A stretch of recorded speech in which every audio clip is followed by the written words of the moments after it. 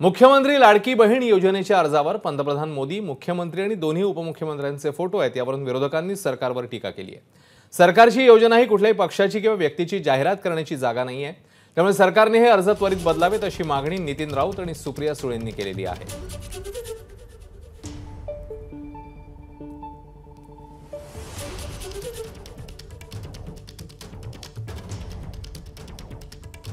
तर लाडकी बहीणच्या अर्जावरील नेत्यांच्या फोटोवरून विरोधी पक्षातल्या नेत्यांनी सरकारवर जोरदार हल्लाबोल केलाय। पाहूया। अहो, यांनी कोविडमध्ये स्वतःचे फोटो सोडले नाही, त्याच्यामुळे हे फोटो कुठेही लावतील, पण फक्त सगळ्यांचे लावणार का नाही हा एक मोठा प्रश्न या सरकारमध्ये झालाय। कारण का 3 पक्षाचं हे ट्रिपल इंजिनचं सरकार, कधी डबल इंजिनचं सरकार, नक्की किती इंजिनचं सरकार हे कळत नाही। आणि कुणाचे फोटो घेऊन कोण काय क्रेडिट घेतंय हे रोज आपल्याला त्यांच्या बॅनर वॉरमध्ये, महायुतीच ना, त्या महायुतीच्या बॅनर वॉरमधूनच आपल्याला कळतं। एखादी चांगली स्कीम सरकार आणत असेल तर ती चांगली गोष्ट आहे, पण 1,500 रुपयामध्ये एवढी आज महागाई आहे, 1,500 रुपयामध्ये आमच्या या महिला भगिनींना खरंच किती रिलीफ मिळणार आहे?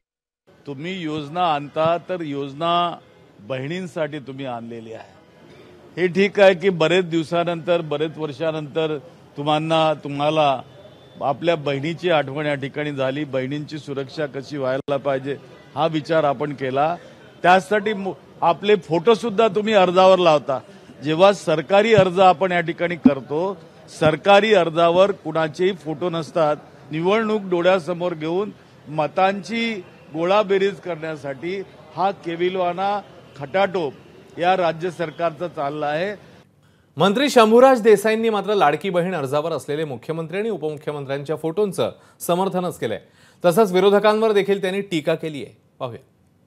योजना राज्य सरकारची आहे, मग राज्य सरकारची योजना असेल तर हे 3 जण राज्य सरकारचे प्रमुख आहेत, मुख्यमंत्री, दोन्ही उपमुख्यमंत्री। आणि कुठेही आपण बघतो, जिथं जिथं डिस्प्ले आपण एखादी गोष्ट करतो, जिथं एखादी योजना आपण लोकांच्या समोर घेऊन जातो, ती सरकारनं आणलेली आहे म्हणून सरकारच्या प्रमुखांचा त्या ठिकाणी नामोल्लेख किंवा छायाचित्र जरूर असतं। आणि याच्यावर माननीय पंतप्रधान महोदय आहेत, ज्यांच्या नेतृत्वाखाली अशा पद्धतीच्या चांगल्या योजना चालल्या आहेत, त्याच्यावर सुद्धा जर विरोधक टीका करत असतील की तुमचाच फोटो का लावला, तर आज सरकार आमचं आहे।